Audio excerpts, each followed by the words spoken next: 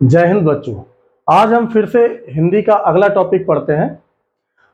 हिंदी को हम लोगों ने भाषा के रूप में देखा है, लेकिन हिंदी का परिवार कौन सा है, कहाँ से आई है हिंदी, तो इसके लिए हमें समझना होगा कि हिंदी कहाँ से आई है। भाषाएं संसार में बहुत सारी हैं, लगभग 3000।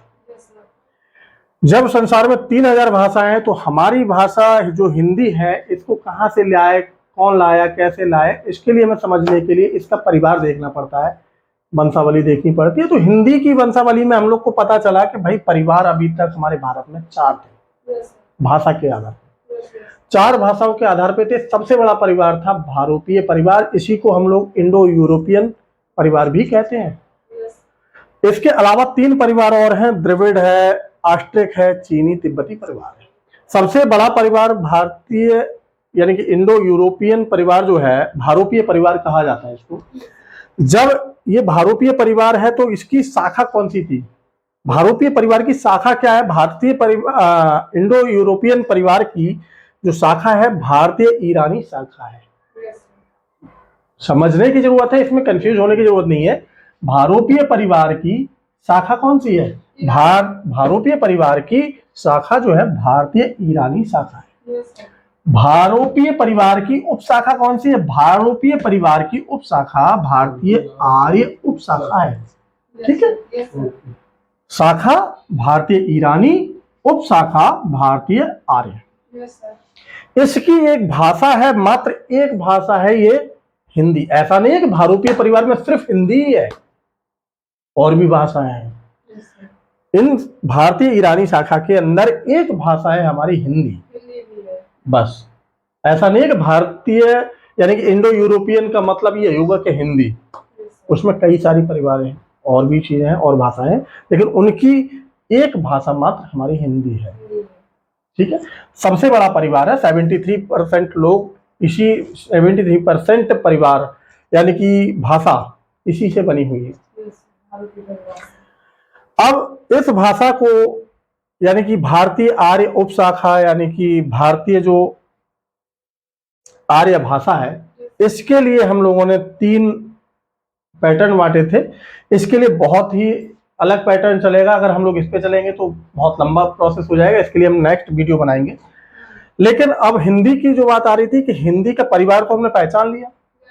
अब इसका नेचर कैसा है, शेप कैसा है?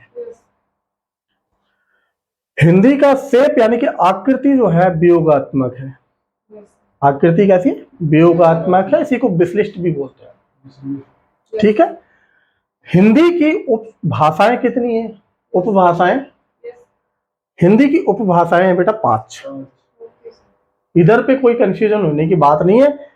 उपभाषा 5 तत्व मैंने पहली क्लास में पढ़ा दिए थे। ये सब चीजें हम लोग को कंटिन्यू देखने की जरूरत होती है, पढ़ने की जरूरत होती है। ठीक है, हिंदी भाषा की उपभाषाएं 5 है। अगर अकेला सिर्फ यही बात नहीं होती, क्वेश्चन हम 5 रटा दे तुमको।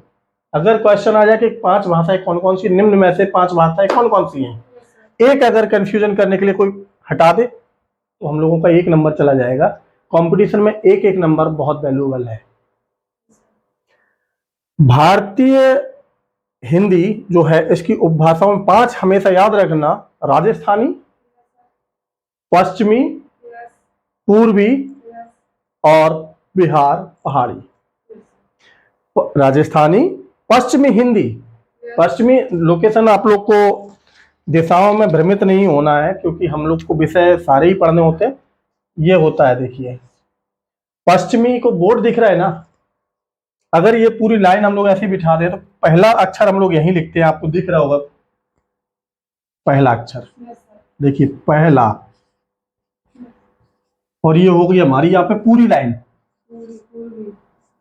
पूरी हो गई ना भाई। तो ये पूर्वी का पू निकल आया और ये पश्चिमी का पा निकल आया। ठीक है, तो ये हो गया पश्चिम। कौन सा हो गया? पश्चिमी हिंदी यहीं बोली जाएगी भैया, और पूर्वी हिंदी वहां बोली जाएगी। राजस्थान हमारा यहाँ है उतारा से मैं मैप में देखा जाए तो। ठीक है, बिहार अपना चला जाता है यहाँ की साइड, ठीक है, और पहाड़ी तो हिल स्टेशन जो है तो है ही है, जैसे वो। ठीक है, लेकिन अब आप कहोगे कि हमें मैप क्यों बता रहे हो? क्योंकि बेटा हिंदी में भी मैथ समझना जरूरी है। कोई बोले कि आपकी जो उपभाषाएं थी क्या केरल में बोली जाती थी? नहीं। कहाँ लिखा है इस पे केरल? नहीं बोली जाती। नहीं बोली जा रही ना। तो फिर ये क्वेश्चन अगर लेवल के ऊपर डिपेंड करता है, पेपर सेटर के ऊपर डिपेंड करता है कि वो किस लेवल से आपसे क्वेश्चन पूछ ले, लेकिन क्वेश्चन किसी भी स्थिति में हम लोग को छोड़ना नहीं है। उपभाषाएं 5 और उसके बाद लिपि। बहुत सिंपल सा क्वेश्चन है, लेकिन ध्यान की बात है, लिपि होती है देवनागरी। कौन सी होती है? देवनागरी। इसमें कोई दिक्कत? अगर देवनागरी लिपि हम लोगों ने देख ली है, सारी लिपियों की जननी ब्रह्मी लिपि कहलाती है। सारी लिपियों की जननी ब्रह्मी लिपि, उसी में से निकली हुई है देवनागरी लिपि। और सारी भाषाओं की जननी अगर कहें तो होती है वो बेटा संस्कृत। क्या होती है? संस्कृत। सारी भाषाओं की जननी, चाहे वो हिंदी हो, चाहे इंग्लिश हो, चाहे उर्दू हो, चाहे तमिल हो, चाहे महाराष्ट्र हो, कोई भी भाषा हो, सारी भाषा निकली कैसे? संस्कृत। ठीक है।